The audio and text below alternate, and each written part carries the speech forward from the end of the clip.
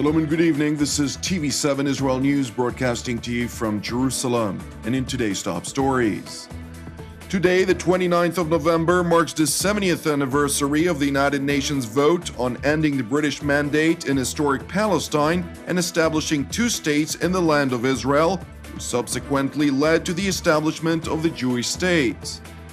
The United States administration decided to backtrack on a decision to order the Palestine Liberation Organization's mission in Washington to close, changing their decision to merely limiting the Palestinian mission. UN envoy for Syria Staffan de Mistura kicks off the 8th round of intra-Syrian talks, holding a first meeting with the newly unified Syrian opposition. Today, the 29th of November, marks the 70th anniversary of the United Nations vote on ending the British mandate in historic Palestine and establishing two states in the land of Israel. At a special ceremony held at the United Nations last night marking the occasion, U.S. Vice President Mike Pence announced that President Donald Trump had asked him to convey a simple message to the Jewish state, declaring, "Under our administration, America will always stand with Israel, because her values are our values and her fight is our fight." Vice President Pence further revealed that contrary to reports, President Donald Trump was considering when and how to move the United States Embassy from Tel Aviv to Jerusalem.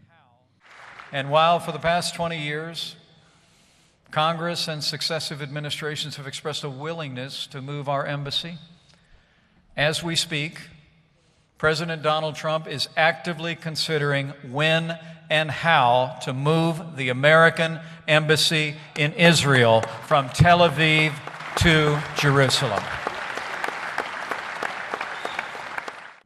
U.S. President Donald Trump has vowed on several occasions to move the U.S. Embassy in Israel from Tel Aviv to Jerusalem, but held back on his promise in June when he decided to sign a waiver to keep the American mission in Tel Aviv. The American president reasoned by citing a renewed attempt to reignite a long-stalled peace process between Israel and the Palestinians, claiming a relocation of the U.S. Embassy in Israel from Tel Aviv to Jerusalem would be counterproductive to an aspired peace initiative. Meanwhile, President Trump is facing a new deadline tomorrow on whether to extend the waiver again, with officials indicating yet another presidential waiver delaying implementation of the act for moving the U.S. Embassy to Jerusalem. In other news, the United States administration decided to backtrack on a decision to order the Palestine Liberation Organization's mission in Washington to close, that after the Americans put the Palestinian leadership on notice earlier this month, warning Ramallah that unless they enter into serious peace negotiations with Israel, the United States will have no other choice but to close the Palestinian mission.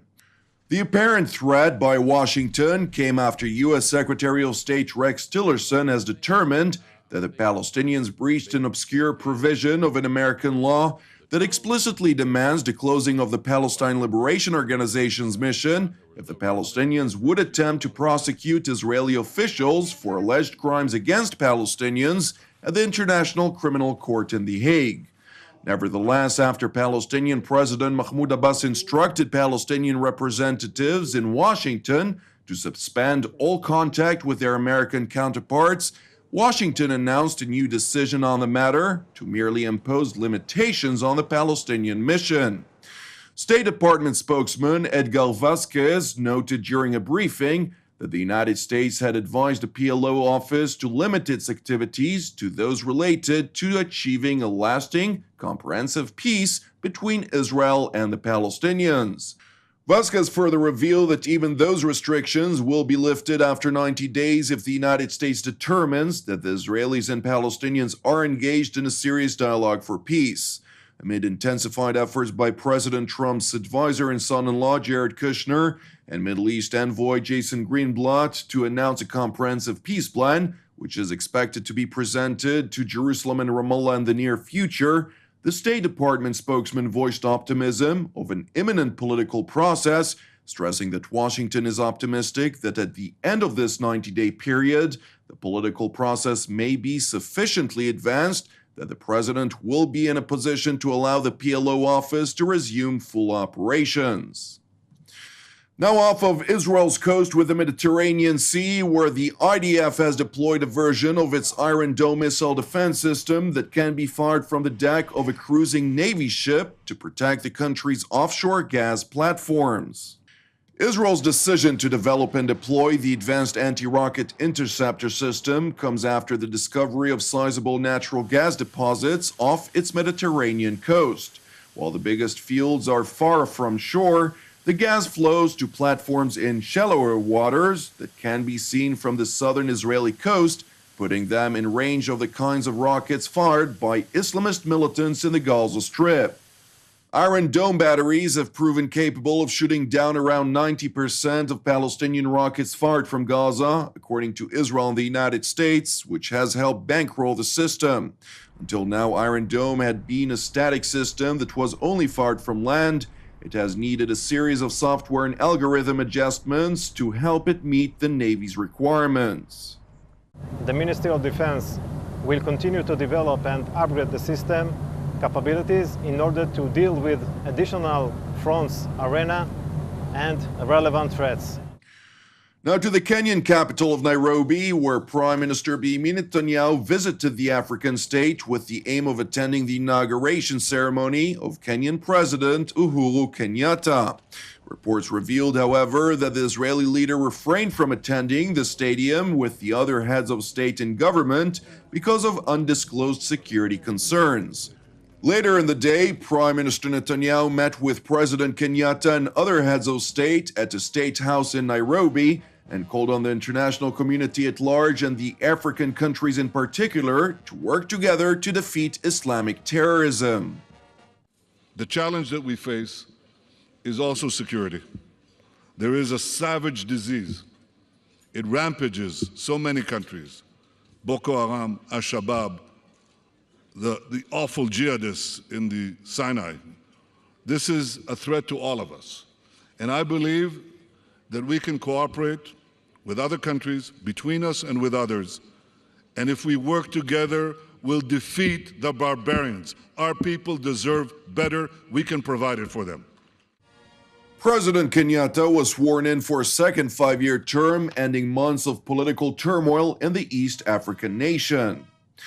Now to Geneva, where UN envoy for Syria Staffan de Mistura kicked off the 8th round of intra-Syrian talks yesterday, holding a first meeting with the newly unified Syrian opposition. The government delegation, however, which was scheduled to arrive in Geneva today, had delayed its planned departure for the talks because of the opposition's insistence that Syrian President Bashar Assad step down. De Mistura said that as part of the UN-brokered talks, the government and opposition would have a chance to negotiate directly for the first time, but it was not clear if they would choose to do so. A breakthrough in the talks is seen as unlikely as President Assad and his allies push for total military victory in Syria's civil war, now in its 7th year, and his opponents stick by their demands to see the Syrian leader step down under any political transition.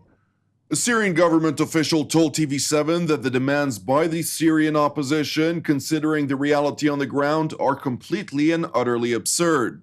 The official, who asked to remain anonymous as he was not permitted to talk on the matter, stressed that the government of Damascus has most of Syria under its control and would not consider negotiating with a group of rebels whom are clearly detached from reality.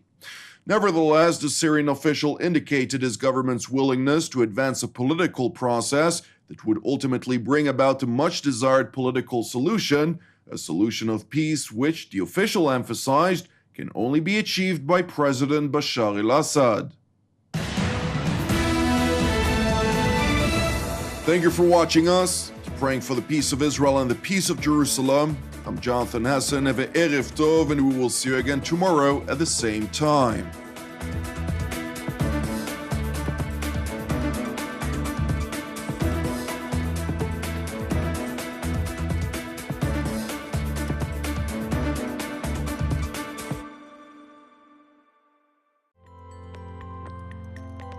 In order to donate to TV7 Israel News, please follow these simple steps.